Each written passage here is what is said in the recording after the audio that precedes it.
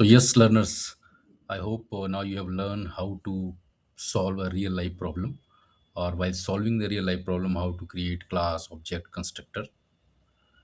Now, today we talk about हम लोगों ने कंस्ट्रक्टर बनाना सीख लिया और हम लोगों ने ये भी सीख लिया कि जब कोई क्लास बनाते हैं तो उसमें अगर कोई प्रोसेसिंग करनी है या कुछ प्रिंट कराना है तो हम लोग एक फंक्शन या मेथड बना के उस फंक्शन को मेथड को कॉल कर सकते हैं।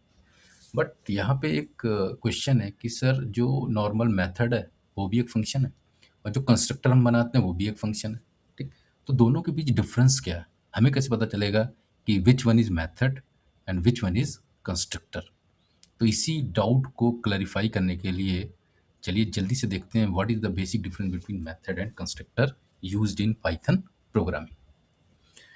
तो 5 चीज़ हम लोग यहाँ पे समझेंगे, ठीक है। पर्पस कि कब किस पर्पस के लिए हम लोग कंस्ट्रक्टर बनाएंगे, किस पर्पस के लिए मेथड बनाएंगे। सेकंड थिंग इज नेम, क्या दोनों कंस्ट्रक्टर बनाते समय और मेथड बनाते समय कोई स्पेशल नेम हमको देना है।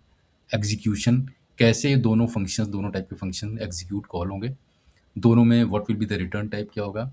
और फ्रीक्वेंसी, ठीक, कितनी बार हम लोग कंस्ट्रक्टर को कॉल कर सकते हैं और कितनी बार हम लोग फंक्शन को कॉल कर सकते हैं, ठीक है। तो based on these 5 parameters let's understand difference between constructor and method. सबसे पहले पर्पस, कि किस सिनेरियो में किस पर्पस के लिए हम लोग कंस्ट्रक्टर यूज करेंगे। तो जब भी हम लोग क्लास बनाते हैं, क्लास के साथ ऑब्जेक्ट बनाते हैं, ऑब्जेक्ट में क्लास में हम लोग क्या करते हैं, वेरिएबल्स बनाते हैं। तो जब भी हमें क्लास के वेरिएबल्स को इनिशियलाइज करना होगा तो हम लोग किसका यूज करेंगे, कंस्ट्रक्टर का यूज करेंगे। Again I am repeating, whenever we want to initialize variables of a class, the people will use concept of a constructor। Method use कब करेंगे, जब भी कोई हमें स्पेसिफिक टास्क करना है, हमें कोई कैलकुलेशन करना है, हमें कोई डिसीजन मेकिंग से रिलेटेड कोई फंक्शन परफॉर्म करना है। तो फंक्शन हम लोग क्या कर सकते हैं, किसी भी टास्क को कंप्लीट करने के लिए जो सेट ऑफ स्टेटमेंट्स होंगे उसके लिए हम लोग मेथड का यूज करेंगे। बट कंस्ट्रक्टर का यूज केवल एक ही पर्पस के लिए करेंगे और उसका काम क्या होगा कि whenever we want to initialize variables of a class. Second thing is name, हमें कैसे पता चलेगा कि कौन सा मेथड है, कौन सा कंस्ट्रक्टर है।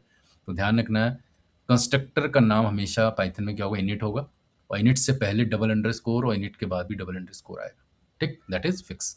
वाइल मेथड के केस में आप कोई भी वैलिड नेम उस मेथड को दे सकते हैं, यहाँ पे कोई फिक्स नेम यहाँ पे नहीं होगा। थर्ड इंपॉर्टेंट थिंग इज कि सर हम इसको मेथड को या कंस्ट्रक्टर को एग्जीक्यूट कैसे कराएंगे या कॉल कैसे करेंगे, क्योंकि दोनों ही फंक्शन है।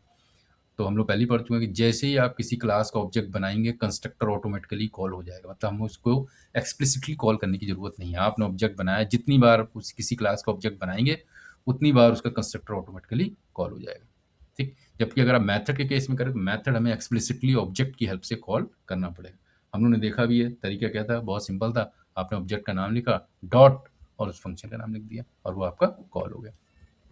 फोर्थ है, क्योंकि फंक्शन है तो फंक्शन हम जानते हैं, function can return value also, ठीक। तो यहाँ पे देना कंस्ट्रक्टर कभी भी कोई वैल्यू रिटर्न नहीं करेगा, ठीक। इसीलिए देखिए आप कंस्ट्रक्टर से पहले, तो कंस्ट्रक्टर कभी भी कोई वैल्यू रिटर्न नहीं करेगा, जबकि फंक्शन वैल्यू रिटर्न कर भी सकता है और वैल्यू रिटर्न नहीं भी कर सकता है, but constructor will never return value.